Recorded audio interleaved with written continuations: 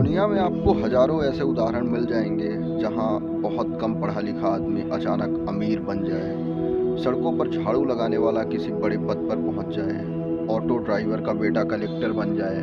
ठीक इसी तरह आज आपको एक ऐसे शख्स के बारे में बताने जा रहे हैं जो सब्जी बेचने का काम करता था। सब्जी मंडी की तंग गलियों से निकलकर रनवे में दौड़ने वाले लोगों की बराबरी कर एक दिन मंत्रालय के गलियारे तक पहुंचने वाले लोग सदियों में सिर्फ कभी कभार उदाहरण बनने के लिए ही पैदा होते हैं। महान शायर राहत इंदौरी ने कहा था, न मेरा नाम था न दाम बाजारे मोहब्बत में, बस उसने भाव पूछा और महंगा हो गया था मैं। ठीक इसी तरह महाराष्ट्र के सियासी समुद्र मंथन में जहां उद्धव ठाकरे और राजनीति के सबसे बड़े सुरमाओं में गिने जाने वाले शरद पवार के हिस्से हलाहल विष आया, तो वहीं दूसरी ओर कामधेनु और अमृत का प्याला पाने वाले छगन भुजबल अचानक सुर्खियों में आ गए। अब तक ये नाम केवल महाराष्ट्र की राजनीतिक चर्चाओं में ही सुनाई देता था, लेकिन आज ये नाम महाराष्ट्र के मंत्रालय से दहाड़ने वाले नेताओं में शामिल हो गया। 15 अक्टूबर 1947 को महाराष्ट्र के नासिक में जन्मे छगन भुजबल मुंबई के भाखला मंडी में अपनी मां के साथ सब्जी बेचने का काम करते थे। बात साल 1960 की है, जब उन्होंने उस दौर के सबसे प्रभावशाली नेताओं में शुमार बाल ठाकरे का एक भाषण सुना और उससे वे इतना प्रभावित हुए कि सिर्फ 13 साल की उम्र में शिव सैनिक बनने का निर्णय कर लिया।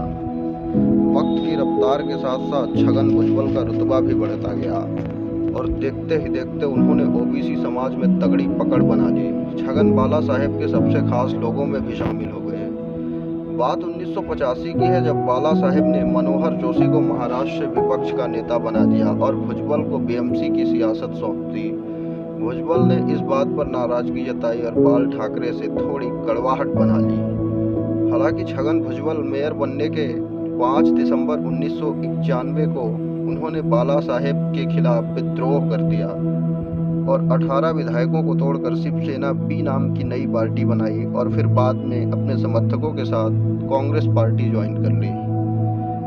साल 1999 में कांग्रेस और एनसीपी ने मिलकर सरकार बनाई और छगन भुजबल महाराष्ट्र के उप मुख्यमंत्री बन गए। साल 2000 में छगन भुजबल ने वो कर दिया जो करने का साहस महाराष्ट्र के किसी सूरमा में नहीं था। भुजबल ने 1992 और 93 में हुए दंगों के संबंध में महाराष्ट्र की ताकतवर हस्ती बाल ठाकरे की गिरफ्तारी करवा दी। भुजबल का नाम तेलगी स्टाम्प पेपर के हजारों करोड़ के घोटाले में भी शामिल हुआ।